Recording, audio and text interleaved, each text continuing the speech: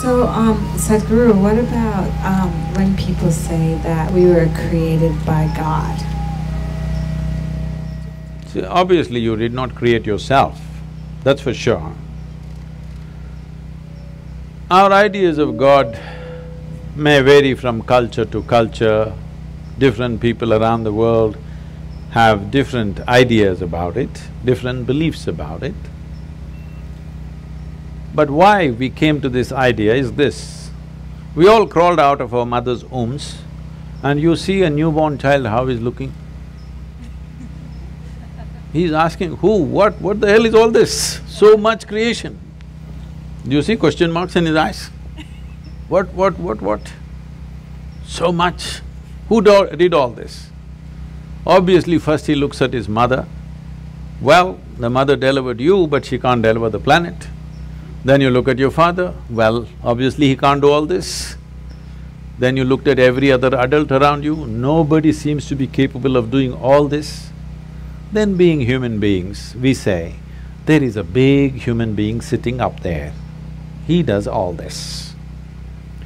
I'm sorry ladies, he's a man.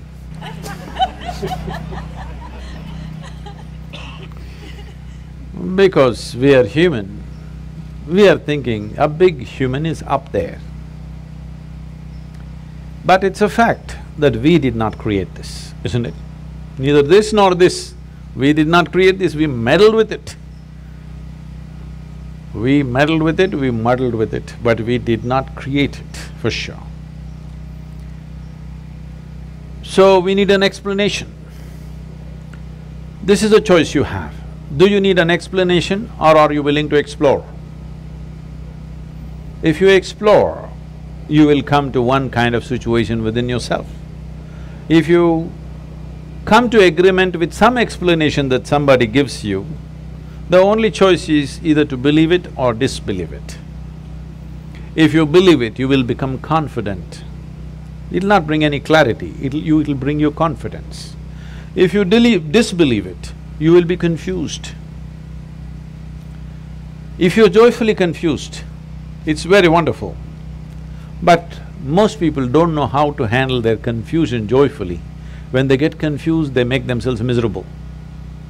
But the most wonderful thing in human intelligence is to recognize what you do not know as you do not know.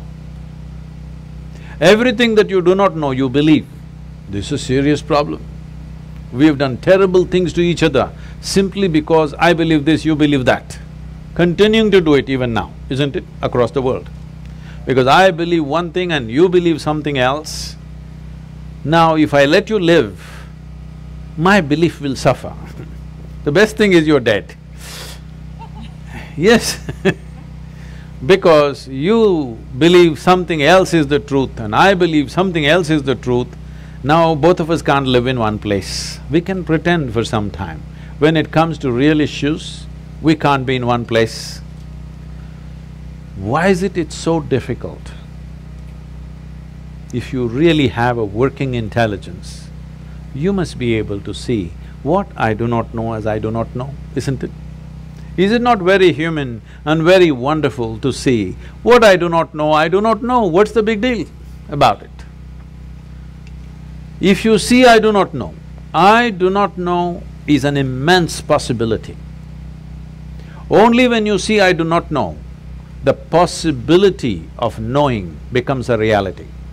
If you see I do not know, the longing to know, the seeking to know, and the possibility of knowing becomes a living reality. Everything that you do not know, you believe. You have to be only among your kind. If you are with another kind of people, either they should not exist or you should not exist, that's all it'll lead to.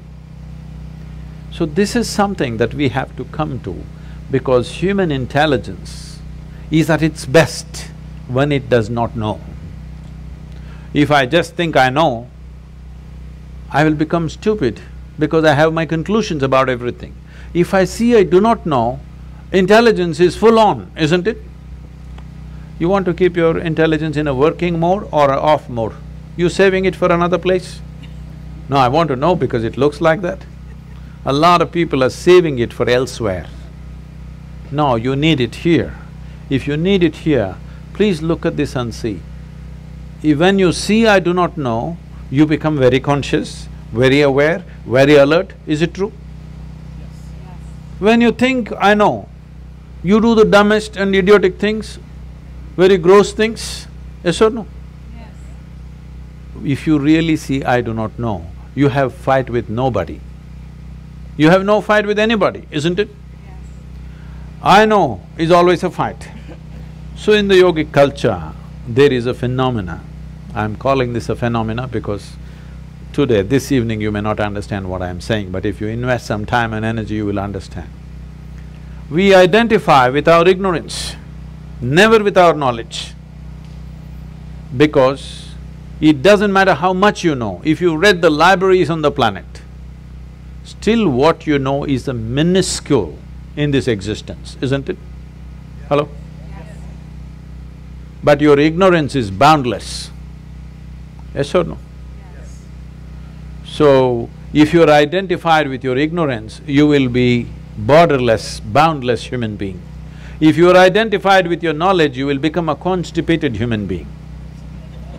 Constipated means it happens little by little. This is how life is happening right now. Little by little it is happening. It is not happening in a beautiful way. It is little by little. We have to strive to find one moment of joy somewhere. We have to do so many things to experience one moment of ecstasy. If you want to just live here, drenched with nameless ecstasies going on in every cell in your body, every moment of your life, then you must identify with your ignorance. You must come to terms with your ignorance. If you come to terms with your ignorance and pay enough attention, if you're ignorant, you naturally pay attention, isn't it? If you pay enough attention, you will see with all this scientific knowledge that we have, we still do not know one atom in its entirety. We know how to use them, we know how to break them, we know how to fuse them, we know how to make them explode, but we don't know what the hell it is, even today. Yes or no? So if you pay enough attention, you clearly realize you don't know a thing. Well, he asked that question, this is all I did. When I was just 4.5 years of age,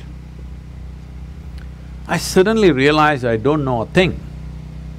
So if somebody gave me a glass of water, I'm just looking at the water because I do not know what is water. Well, I know how to use the water, but I don't know what it is. Even today you don't know what it is. If I find a leaf, I'm staring at it for 4-5 hours. If I sit up in my bed, I'm just staring at the darkness for the entire night.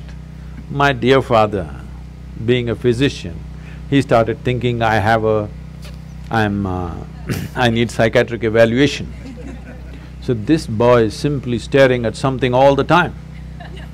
My problem is I look at this, I still don't know this, so I'm not able to shift my attention to anything else. If I look at this, I'm just looking at this because I've still not figured this out. So, if you pay enough attention, this universe opens its doors only to those who pay enough attention. Whichever door has been opened for you in your life has opened because you paid attention to that dimension of life, yes or no? Yes. That's the only way it works. Now, if your attention is such, it is not seeking anything, but it's simply attentive. It pays attention to everything. It does not decide an elephant is more important than an ant. It just pays attention to everything because this is the nature of creation. If you look at an ant, have you paid enough attention to an ant ever? I spent a lot of time with them. Believe me, it's one of the finest machines on the planet. Yes or no? If you had a car like this, you know, you could do all the California deserts effortlessly. It's such a fine machine, it's not a simple thing. If you pay enough attention to the ant, you will realize whatever created this ant, it did not pay any less attention to the ant than it paid to you. Yes or no? Yes. Then who the hell are you to decide who should get more attention and less attention? It is just that you have to sharpen your ability to pay attention, not to any particular thing, to simply pay attention. If you pay enough attention, Is it true this body, though you gave food from outside, this body was created from inside? Yes? So whatever is the source of creation must be functioning from within you, isn't it? Is it? So, when you don't know what is the nature of the source of creation, you may use in English language. In India we have many words. In this part of the world, you may call it God. It's just your explanation for the source of creation, isn't it? Because you have no explanation for the creation, you saying, God made this. We have 1,000 names for that, all right? But fundamentally, we are trying to explain the source of creation. Is it true in your experience, the source of this life's creation is functioning from within you? If it's functioning from within you, if it's somewhere up there and you missed it, it's okay. If it's happening from within you and you missed it, isn't it a tragedy? Hello? Yes. If the source of creation is throbbing within you and you did not notice it, are you not a tragedy? Yes. So my entire life and work is to just avoid the tragedy for people. Thank you. Thank you very much.